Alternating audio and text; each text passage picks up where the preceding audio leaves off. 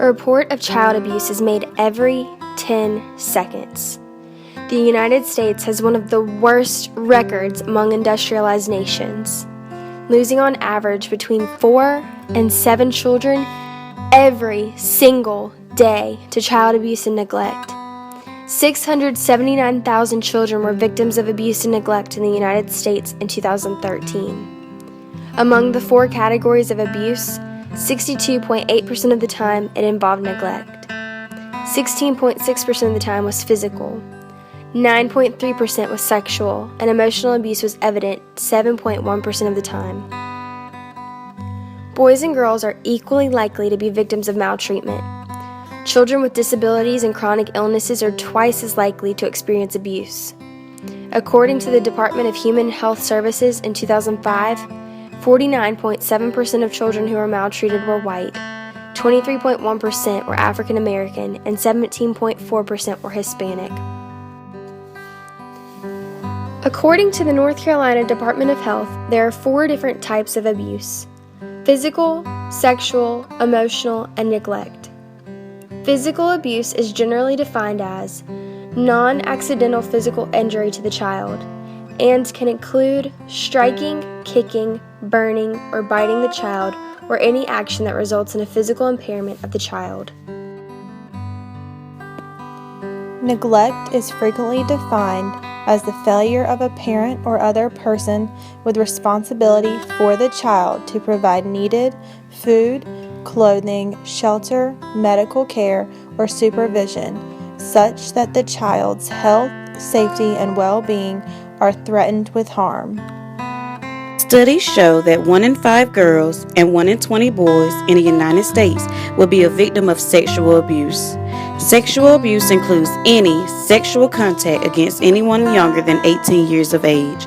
This includes fondling or penetration of the genitals. Also, a new crime that's on the rise titled sex trafficking and child pornography. Emotional abuse is expressing attitudes or behaviors toward a child that creates serious emotional or psychological damage as evidenced by the juvenile's severe anxiety, depression, withdrawal, or aggressive behavior towards self or others.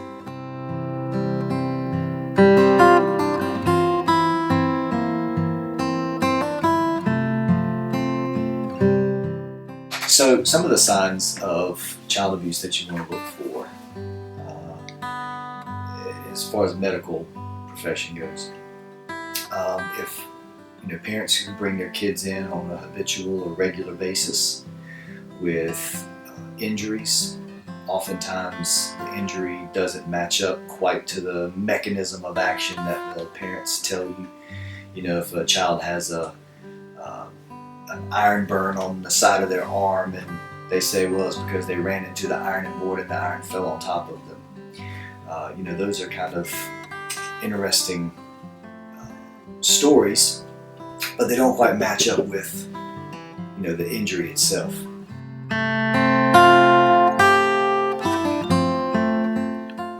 So if we suspect child abuse in the medical profession, oftentimes, it's difficult as a provider to get involved between a parent and a child. And thankfully, especially in a hospital setting or in a clinic setting, you can have social workers who are kind of plugged into those resources that can help. You can also alert the authorities and let the authorities come and deal with it. It's usually not a good idea to confront the parent themselves as a provider or someone in the medical profession to confront the parents themselves, because you're there to care for the child, in any way possible. So we try to just make the recognition that there could possibly be some type of abuse going on, and then try to get social workers and police officers involved in that case and let them do the investigation. There is a report of abuse of a child, then the child is either removed from the home or the perpetrator is said not to be able to come back to the home while they conduct interviews with other children or adults in the home as well as wait for a court date to be set. Now you know the steps that are taken when abuse is suspected. But in order for the child to communicate to you that they're being abused, they need to understand what abuse is. So, the question is, do children really know what abuse is?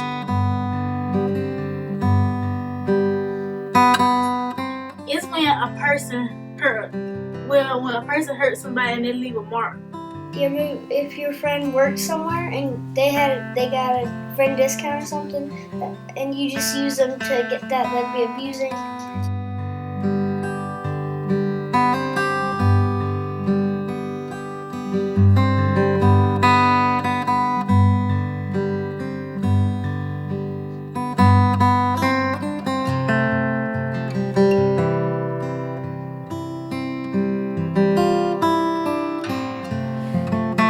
If your child is being abused, remain calm and reassuring while avoiding being in denial. Let your child explain to you what happened, don't speak for them, and reassure them that they have done nothing wrong in this situation.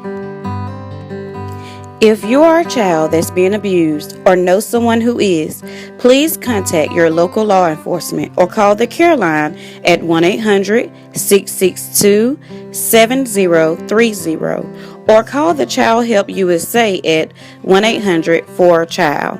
Help is also available online at www.dhhs.state.nc.us/DSS/local for your specific county.